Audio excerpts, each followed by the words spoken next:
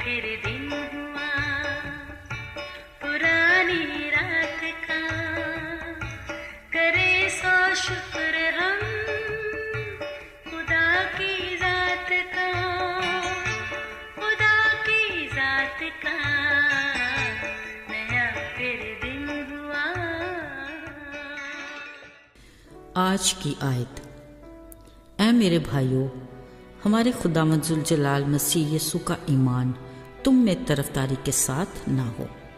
یعقوب 2:1 آیت۔ عزیزو، انسانی ذہن گویا ایک میدان جنگ ہے جہاں کئی طرح کے مقابلے بازی کے دنگل چلتے رہتے ہیں۔ اگرچہ کوئی بھی کسی بات میں اپنی ہار کو تسلیم نہیں کرتا، جبکہ کوئی جیت کر بھی ہار جاتا ہے اور کوئی ہار کر بھی جیت جاتا ہے۔ اس میں ہر کسی کا اپنا ظرف ہے۔ ایک بار ہمارے اسکول سٹاف کو بڑے ہی خاص مذہبی اجتماع میں جانے کا اتفاق ہوا۔ جیسے ہی ہم ہال میں داخل ہوئے، پھر مخصوص سیٹوں پر ہمیں بٹھا دیا گیا۔ دیکھا لوگوں کی بڑی تعداد پہلے سے ہی موجود تھی۔ اتفاق سے ہمیں وہاں سیٹیں دی گئیں جہاں سے لوگ اندر آ رہے تھے۔ کچھ دیر بعد اچانک میرے کانوں میں ایک آواز پڑی، جی کارڈ دکھائیے۔ اصل میں انتظامیہ ہر کسی کا کارڈ دے کر کارپٹ پر اور کسی کو سیٹوں پر بٹھانے کی ہدایت دے رہی تھی۔ خیر، خدا کے گھر میں کہیں بھی جگہ ملے بیٹھنے میں حرج نہیں، مگر یہ کارڈ کا اس سے کیا تعلق؟ یقین کیجئے، کارڈ، کارپٹ، کرسی، ان تینوں چیزوں نے میرے ذہن کو اس قدر الجھا دیا کہ جب بات سمجھ میں آئی تو جی بے حد ملول ہوا۔ خدا کے گھر میں ایسی تفریق کیوں؟ فرصت ملے سوچیے گا ضرور۔ عزیزو، یہ یسوع مسیح کے زمینی زندگی کے ابتدائی دن تھے۔ ایک دن گلیل کی جھیل کے پاس سے گزرتے انہوں نے پطرس اور اندریاس کو مچھلیاں پکڑتے دیکھا۔ یہ دن رات محنت کرنے والے لوگ تھے جو ماہی گیری سے اپنی روزی روٹی کماتے۔ یسوع نے انہیں اپنے پیچھے آنے کو کہا تو وہ کچھ سوال کیے بنا ساتھ ہو لیے۔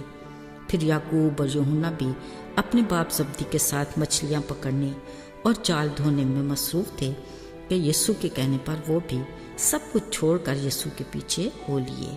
ایسے ہی ایک دن متی محصول لینے والا اپنی چوکی پر بیٹھا تھا۔ یسوع پاس سے گزرے، اسے دیکھا اور کہا، میرے پیچھے ہو لے۔ کلام مقدس میں لکھا ہے، وہ اسی وقت سب کچھ چھوڑ کر یسوع کے ساتھ چل پڑا۔ آہستہ آہستہ گزرتے دن کے ساتھ یسوع کے بہت سارے شاگرد بن گئے، مگر انہوں نے ایک پوری رات دعا میں گزارنے کے بعد صرف 12 شاگردوں کا انتخاب کیا۔ اگرچہ ہر کوئی مزاج، عادات اور طبیعت میں ایک دوسرے سے فرق تھا، مگر یسوع کی رفاقت اور ان کی تربیت کے زیر اثر وہ سب موتی سے نگینہ بن گئے اور ان سب کو ایک ہی طرح کا رتبہ یعنی رسول کا درجہ ملا۔ عزیزو، یسوع مسیح کے کردار کے کسی بھی پہلو میں کسی طرح کے مقابلے بازی کا عنصر نہیں تھا۔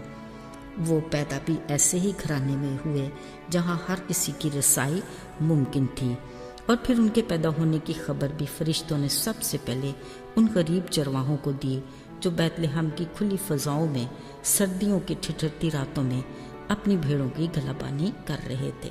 اگرچہ بعد میں انہیں ایسے قیمتی نذرانے پیش کیے گئے جو ان کی حیثیت کی عکاسی کرتے تھے، یعنی سونا، لبان اور مر، مگر یہ کلام مقدس کی پیشن گوئیوں کے عین مطابق تھا جو پورا ہونا ہی تھا۔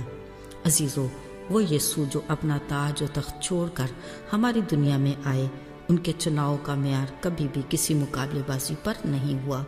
انہوں نے ہمیشہ اپنی تعلیم میں غریب کو امیر پر، ادنا کو اعلیٰ، چھوٹے کو بڑے پر ترجیح دی، اور برملا کہا، میں راست بازوں کو نہیں گناہ گاروں کو بچانے آیا ہوں۔ بیمار کو طبیب کی ضرورت ہے، تندرستوں کو نہیں۔ یقین رکھیے کہ خدا کسی کا طرفدار نہیں۔ اس کے ثبوت میں کلام پاک میں لکھا ہے کہ وہ اپنے سورج کو نیکوں اور بدوں دونوں پر چمکاتا ہے، اسی طرح میں بھی نیکوں اور بدوں دونوں پر برساتا ہے۔ اسی طرح روحانی طور پر بھی اس کی برابری کا پیمانہ ایک سا ہے۔ اس نے کہا، اگر تم میں حکمت کی کمی ہو مجھ سے مانگے، میں بغیر طرفداری کے ہر کسی کو فیاضی کے ساتھ دوں گا۔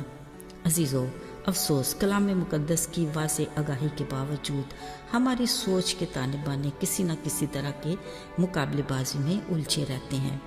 انا اور خود غرضی عشق پیچاں بیل کی مانند ہمارے دل کے آنگن میں مسیح کی محبت کو پنپنے ہی نہیں دیتی، جس کی بدولت ہم دوسروں کے لیے ٹھوکر کا باعث بنتے ہیں۔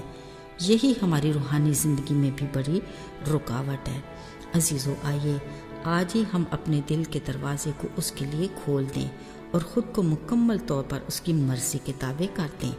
ایسے میں وہ ہمیں کہتا ہے، خاموش رہو اور دیکھو کہ میں تمہارے لیے کیسے بڑے بڑے کام کرتا ہوں۔